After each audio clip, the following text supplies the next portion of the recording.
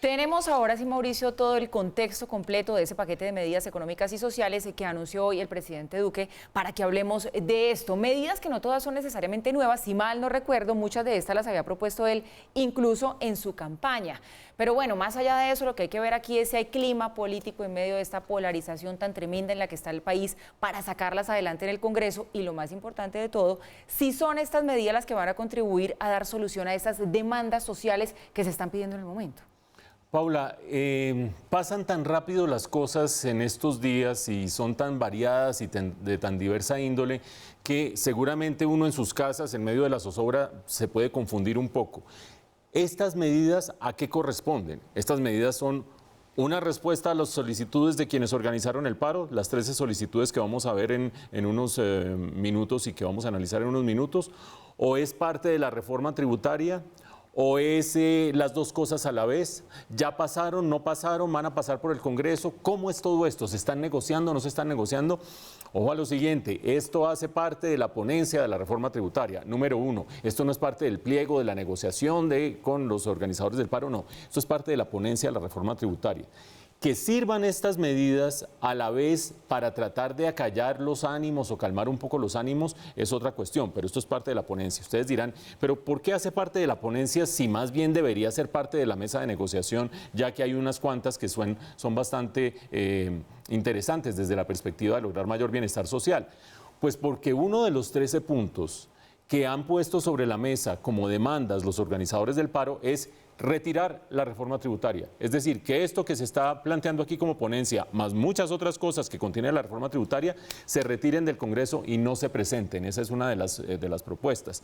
¿Qué hace el gobierno entonces? Dice, se me pone cuesta arriba que haya gente en las calles armando despelote y protestando legítimamente y armando despelote, las dos cosas a la vez, para evitar que ustedes ahora agarren las redes y digan que lo único que yo digo es que hay despelote en las protestas. No, hay protestas legítimas y hay despelote en las protestas igualmente.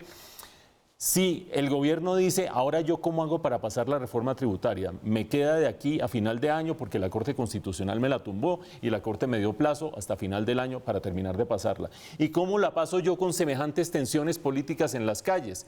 Pues para que no se reflejen las tensiones políticas o para tratar de blindarla de alguna manera frente a esas tensiones políticas, el gobierno mete algunas cosas que tienen un impacto social muy importante para tratar de facilitar su paso en el Congreso y que no termine la presión de afuera que dice no pasen reforma tributaria, evitando o haciendo que naufrague esta propuesta.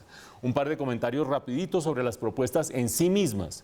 Uno de ellos, como lo decía Paula, ya había existido previamente alguna de las propuestas que están sobre la mesa. Por ejemplo, el que haya 3 días sin IVA en el país. Una idea, a mi juicio, mala. Y no lo digo yo porque yo sea el que va a saber cómo es que es la cosa. No, porque en Estados Unidos ya lo propusieron, en Estados Unidos ya lo implementan y en Estados Unidos se ha demostrado con estudios no independientes y de por allá de la oposición, sino de la Reserva Federal, que es como el equivalente al Banco de la República de acá, que no funciona. Lo que termina pasando es que la gente deja de gastar en los días con IVA y los lleva a los días sin IVA y el gasto se mantiene igual y se caen los recaudos, es decir, no termina funcionando.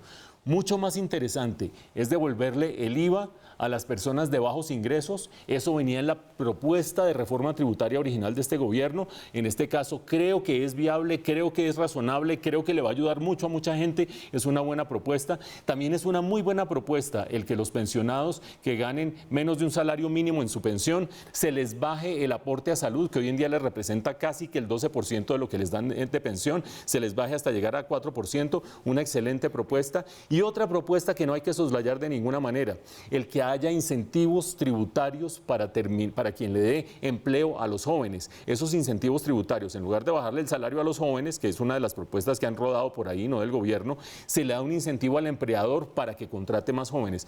Sin duda, aquí hay buenas propuestas. Vamos a ver si termina blindando políticamente la reforma tributaria de un paso en el Congreso que se ve muy tortuoso en las próximas 12 días, que más o menos, o 2 semanas que quedan de legislatura en el Congreso, en medio de la gran tensión social que hay en las calles.